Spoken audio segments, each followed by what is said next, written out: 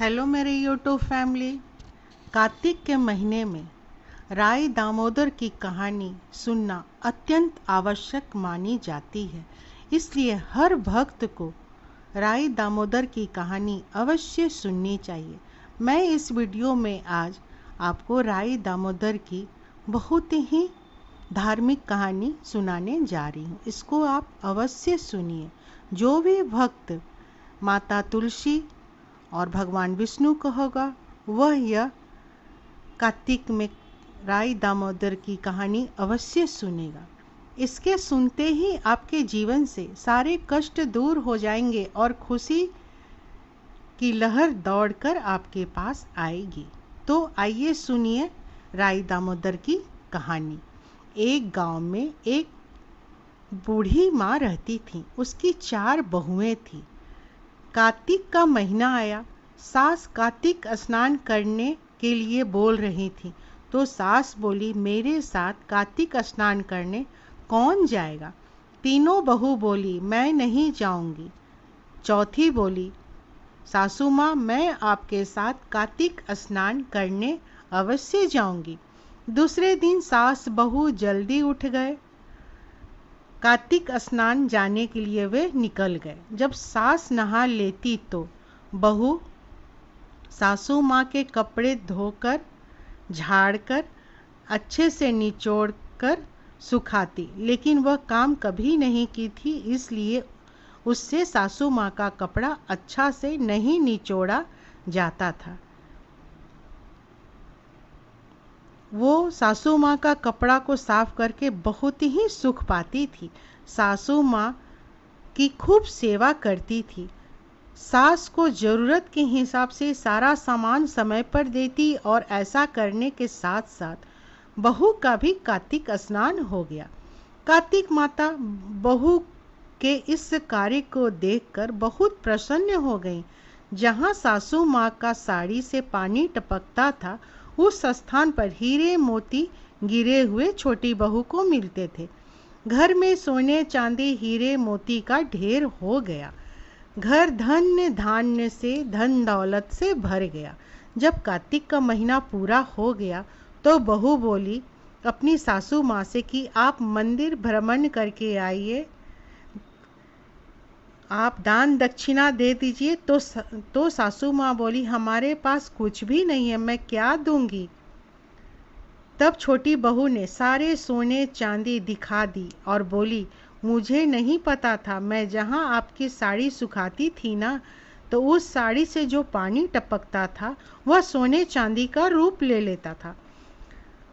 सासू माँ ने बहू से मिलकर बोला कि ठीक है, कि चलो हम लोग ब्राह्मण भोजन कराएंगे, दान दक्षिणा देंगे। तो सासू माँ और बहू छोटी बहू ने मिलकर ब्राह्मण को ब्राह्मण भोजन कराए और दान दक्षिणा दिया, धर्म का कार्य किया। तीनों जेठानी ने छोटी बहू से पूछा कि तुमने इतना सारा धन कहाँ से लाया?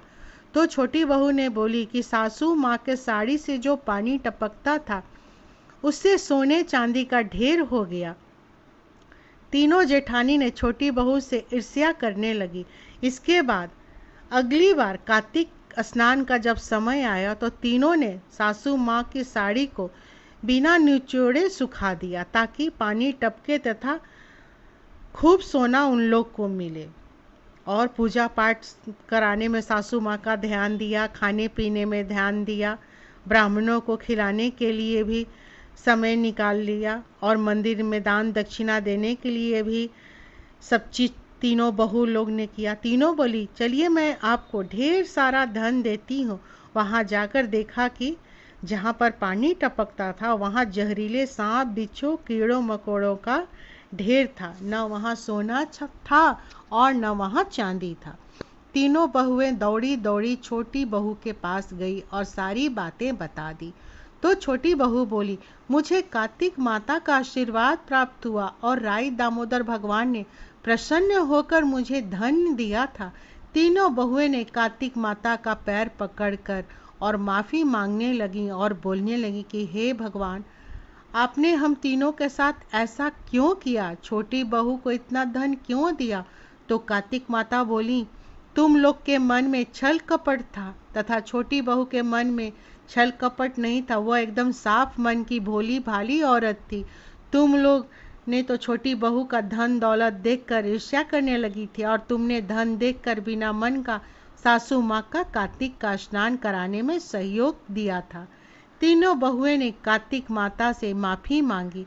कार्तिक माता बोली, तुम तीनों आधा धन छोटी बहू को दोगी तभी मैं तुम्हें सांप बिच्छू को भगाने में मदद करूंगी। ऐसा सुन तीनों बहुएं ने वैसा ही किया। इनका घर पहले जैसा हो गया। मुझे तुम्हारे धन की आवश्यकता नहीं है। जब ये तीनों बहुएं छोटी बहू को धन देने गई तो छोटी बहू बोली, मुझे तुम्हारे धन की आवश्यकता नहीं है। जब थी तो तुम लोगों ने नहीं दी। अब तो राई दामोदर भगवान तथा कार्तिक माता ने हमें बहुत धन दे दिया है। जैसे छोटी बहू से राई दामोदर भगवान खुश हुए, वैसे ही सभी लोग से राई दामोदर भगवान और कार्तिक माता खुश हुए। तीनों बहुएं पहले जैसी खुश हो गईं। इसलिए कार्तिक के महीने में मन में छल कपट अपने बड़ों के साथ कभी नहीं रखना चाहिए। माता पिता के साथ हमें अपने माता पिता के साथ सास ससुर के संग अच्छा व्यवहार रखना चाहिए। जैसा आपका मन साफ होगा वैसा आपका आगे का जीवन का रास्ता साफ होगा और भगवान का आशीर्वाद प्राप्त होगा। ये कहानी नहीं, ये एक सच्ची घटना है। आप अपने जीवन में इसको उतारिएगा तो आपको बहुत ही ज़्यादा इसका आपको लाभ मिलेगा। यह हकीकत है कि जैसी करनी वैसी भरनी, जैसी आपकी विचार वैसी आपकी तरक्की होगी। इसलिए सभी बहनों से प्रार्थना है कि अपना विचार आप लोग अच्छा रखिए और राई दामोदर और कार्तिक माता का आशीर्वाद आपको प्राप्त हो। आपको मेरा वीडियो पसंद आए तो जय कार्तिक मैया, जय राई दामोदर भगवान लिख दीजिएगा कमेंट बॉक्स में। धन्यवाद।